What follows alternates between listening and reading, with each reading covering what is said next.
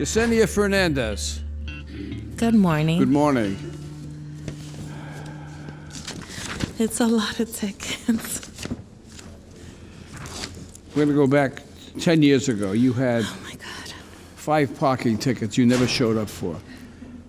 And they were on Vinton Street, East Transit, Plain, Garnett, and Amherst Streets. You covered the entire city. I've been all over the place. All over the place. So what do you want to tell me? That's when you were driving a Honda. Honda. Yeah. And you were living on Evergreen Drive. I've just had a hard life. Like, my mom kicked me out when I was 13, and I've just been staying, like, in different places all over, like, Providence, Rhode Island. So, yeah, I'm guilty of all the tickets because I know that I've done overnight parking, I've done speeding. My life is always, like, in a rush. I'm always, like, rushing everywhere. Let me ask you a question. How far did you go in school? I got my GED. That's You did? it. Yes. Are you working? I am working 2 jobs right now. I was working at AAA for 3 years. I just left it to work with adults that have intellectual disabilities now, so I'm working in a group home. And I also do Dunkin' Donuts on the side. Do you have any children? I have 2 boys, 19 and 12. They live with you? They live with me now. I just got an apartment. I was in a shelter since October of last year. You were what? In a shelter on Broad Street. Mm-hmm.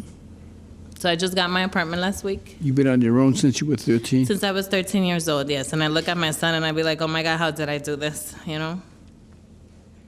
You doing good now?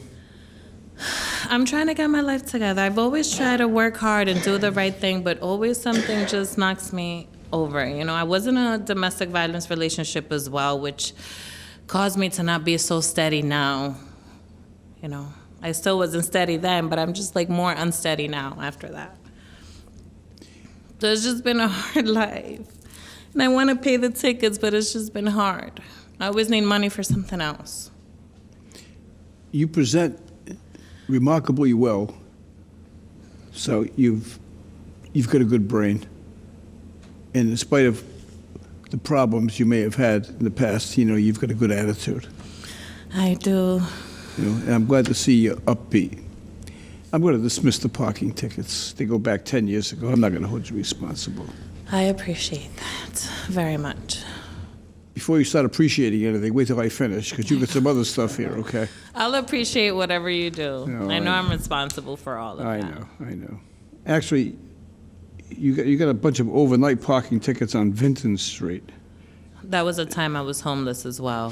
My friend was letting me stay there, and he didn't have a parking space, so I had to park on the street. I mean...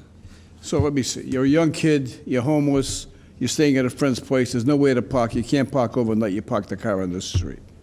Sometimes in people's parking lot. Just One those, time I'm sorry. I just those tickets were $1,000. I know. I'm going to I dismiss was it. going to have a heart attack. Thank you dismiss so it. much. Don't thank me yet. I know. There's more to come. Oh, gosh. You have 6 tickets for speeding caught on camera.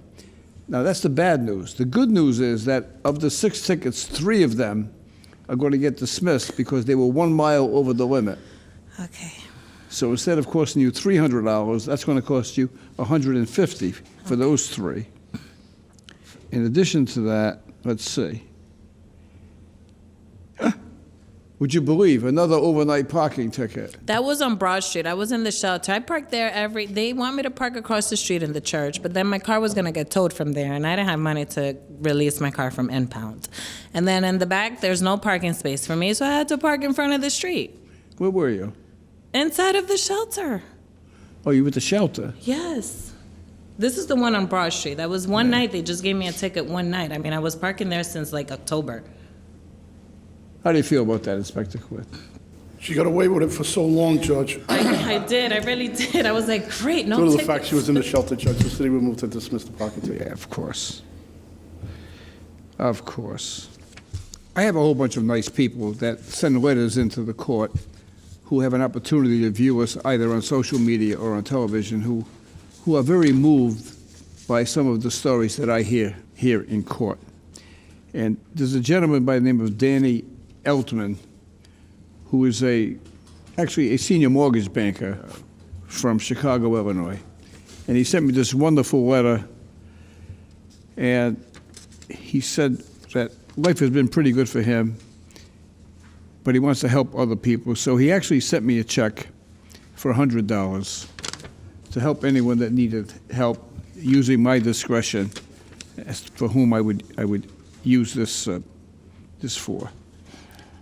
And it was interesting because he said he wanted to give $50, but he told his employer, so his employer said that they would match his 50, and so they sent 100. That's awesome. And at any rate, I have $100 that I'm going to use my discretion for and place it toward your tickets, because I think you would be somebody that is definitely I'm sorry.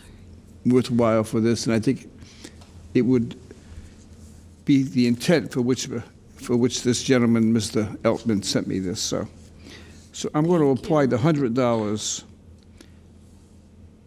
So you're going to have a balance of $150.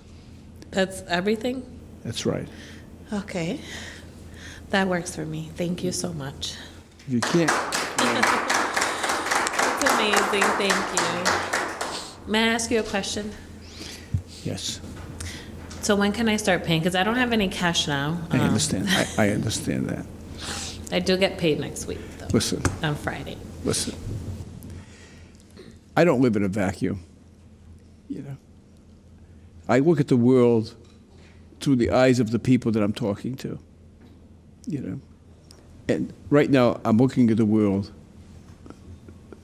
through your eyes. I know the hardship you've had. I understand it, you know. I came from a poor family, but I had a family. So I know what that means. It's over. But I don't know what it means to be homeless. So, because I don't know, doesn't mean I can't understand it. It's terrible. And you have expressed it so beautifully here today, and you got such a good attitude about it, you know, that I think you're somebody that's going to do well. Just don't ever give up. I haven't. I won't. Don't give up, okay? Just remember, we're rooting for you. Come back and see us. Let us know how you make out. Okay.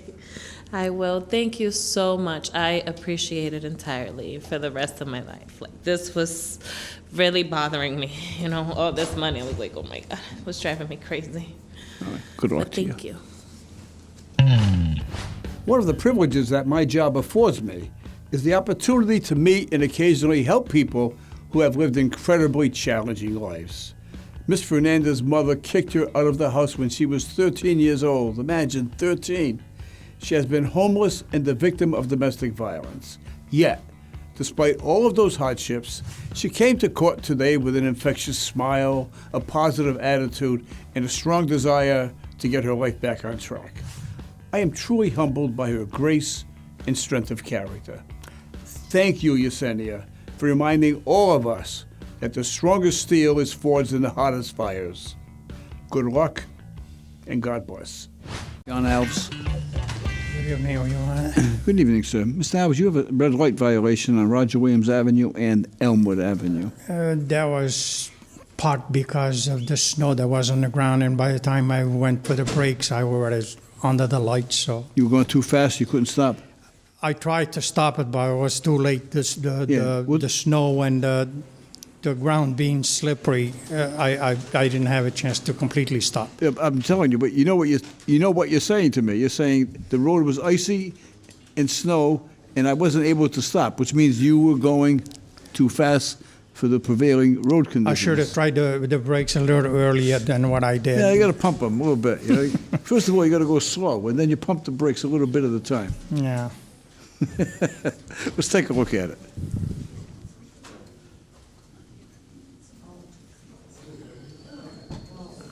Started to slide everywhere. I lost some. Inspector Carrigan, I need your help on this one. Show this again. Show this again. All right, let's go. The light is red already. Here he comes. Here he comes. He swerves to the left. He swerves to the right. He swerves to the left. Good thing I was by myself. I lost control. I'm sorry. No, it's a good thing there weren't other people in the area crossing That's the what I street said. or another car coming. Yeah. By the time I went for the brakes, it was too late. Mr. Alves, Yes, sir. I'm sure you're an excellent driver, that you're very careful, right? But on this day, under those conditions, you were going too fast. I agree with you. All right. The good news is that it's not going to go on your driving record, but it's going to cost you $85. Thank you. Good luck to you.